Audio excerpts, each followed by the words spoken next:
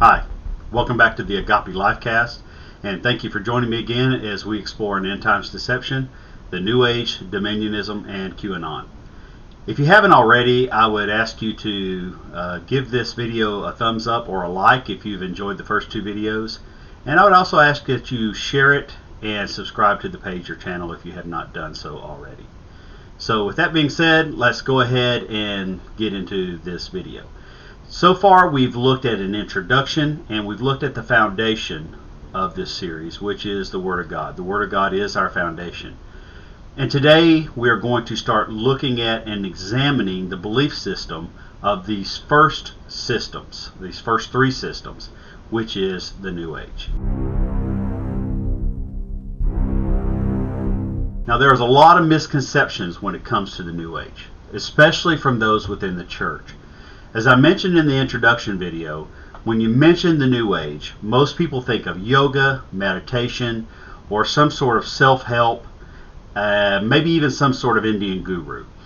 They also think it is something that originated in the 1960s, the flower child generation.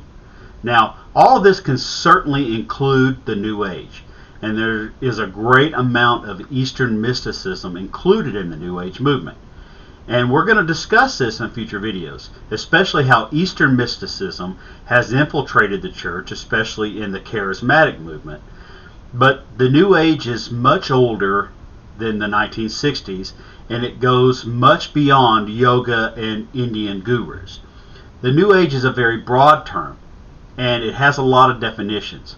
But in its broadest of terms, it teaches that one can become enlightened to the point of ascension to a God-like state through the procurement of knowledge. They teach that there have been previous humans in the past who have been able to achieve this, and they call these individuals the Ascended Masters. And if we follow their teachings, especially the Ascended Master Jesus Christ, we too can ascend and attain what is known as the Christ consciousness. Now, the reason we can attain this Christ consciousness is because each and every person is born with a God spark. Now, I don't want to get into deep with the teachings of the New Age because this is for the next video. This particular video is about the origins and the history of the New Age. How did it all begin? Where did it all begin? Well, as I said, the New Age is not 60 years old. Its roots actually go back to about 2,000 years. And another way of saying the New Age that we see today is neo-Gnosticism. The New Age is not classic Gnosticism, the Gnosticism that the Apostle Paul fought against back in perhaps 60 AD, 50 AD, that time period. The New Age today teaches you can become a divine being because your inner self, your true inner self, is part of God. Old Gnosticism that the Apostle Paul fought against didn't teach that. The Gnosticism of the first century taught that Christ was a divine being which had taken on human form in order to lead humanity back to recognize its own divine nature, and that could be achieved through the pursuit of knowledge. So in that particular sense, Gnosticism and the New Age, they share a lot of similarities. Now, Paul dealt with this, especially in the city of Colossae. And in the book of Colossians, we see many of these verses that he's dealing with, helping the Colossians fight off the Gnostics. But he really talks about this in Colossians chapter 2, verse 8.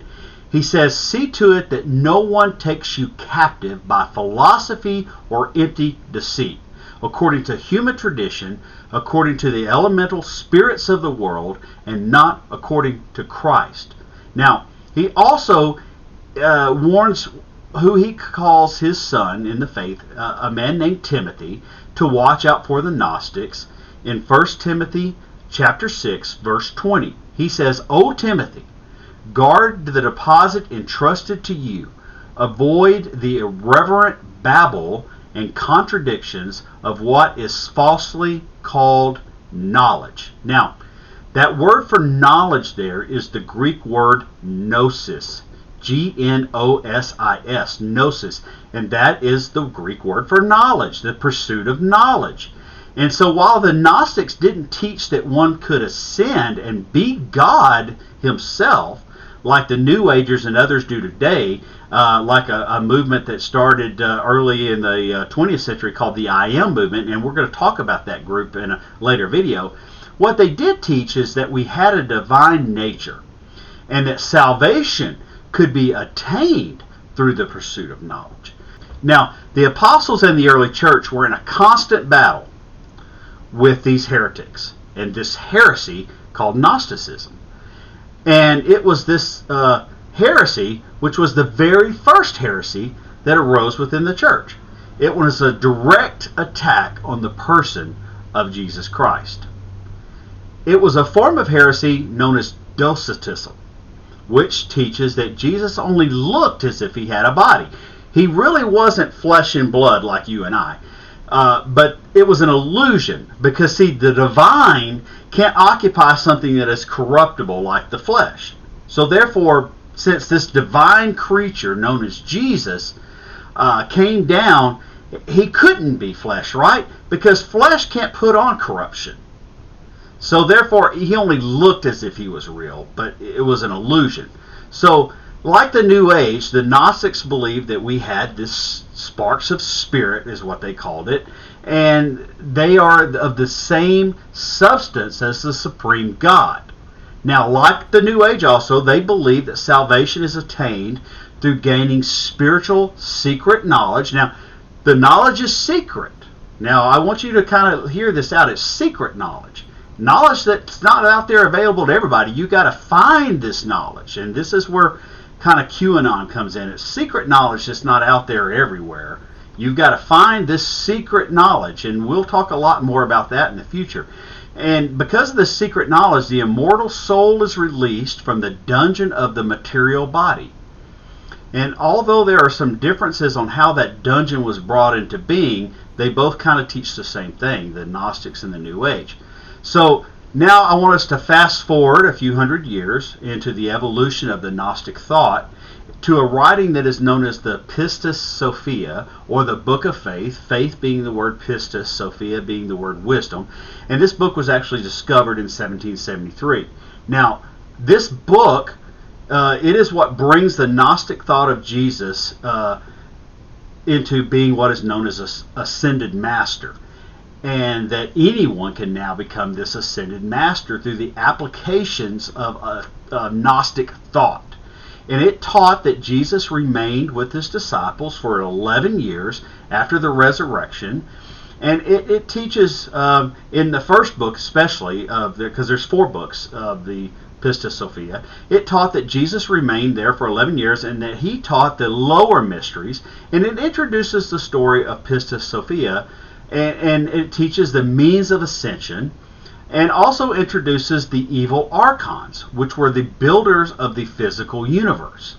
And I'm going to speak more of the archons in other videos. But the archons are going to play a very important role, however subtle, in what is going to be known as the Matrix. And you might have seen this Matrix in some of the preview videos that I've shown. But that is now very important in the New Age and the QAnon belief system. These archons and the Matrix.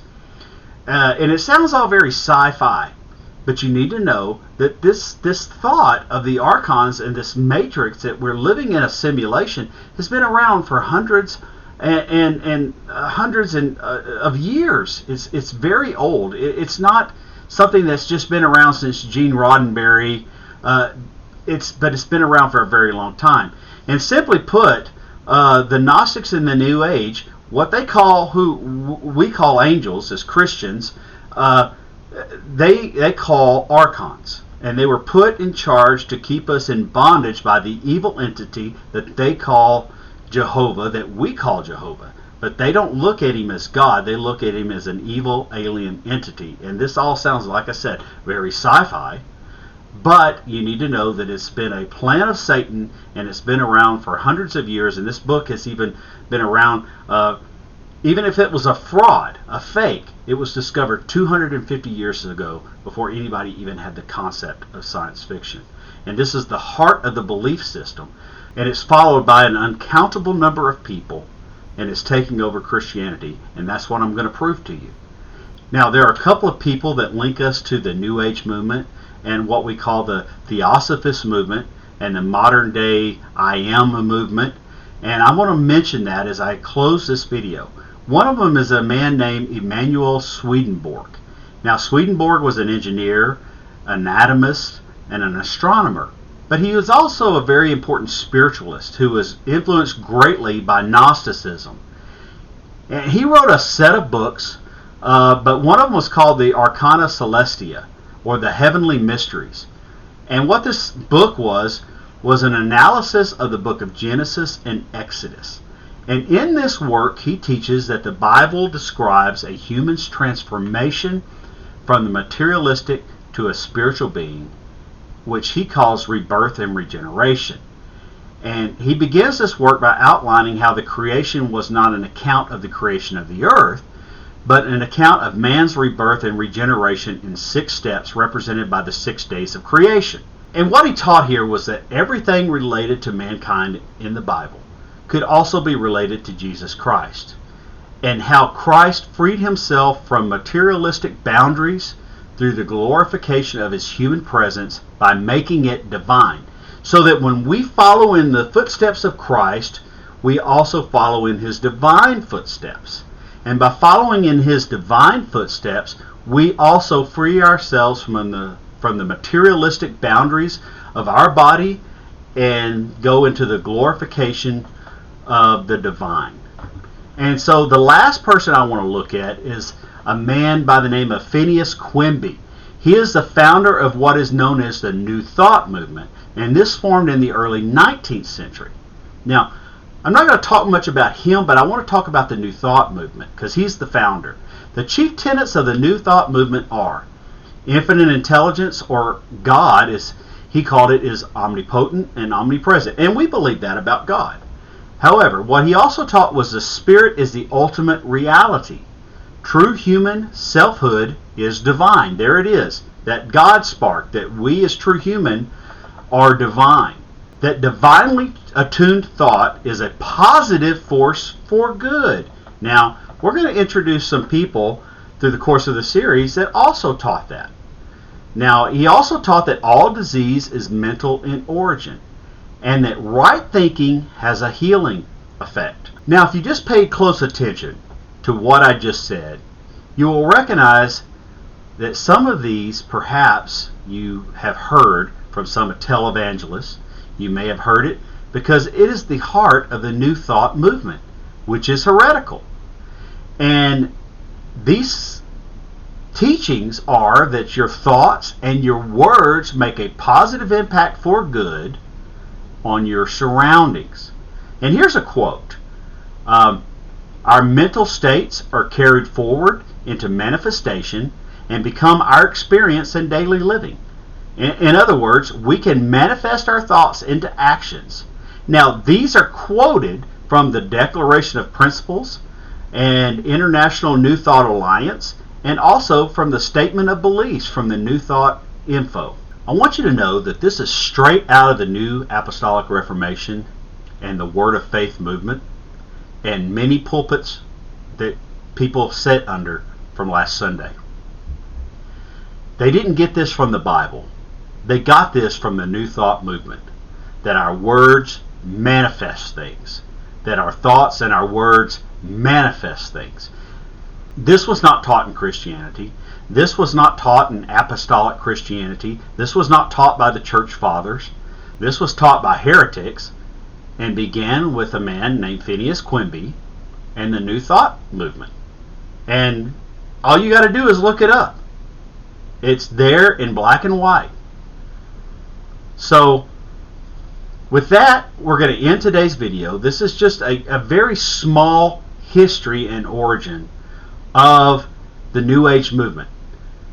We're going to, throughout the series, look at other historical origins, but this is just a primer of their history. So the next time we will dive a little bit more into the belief systems of the New Age, what they do and what they believe and what they teach today.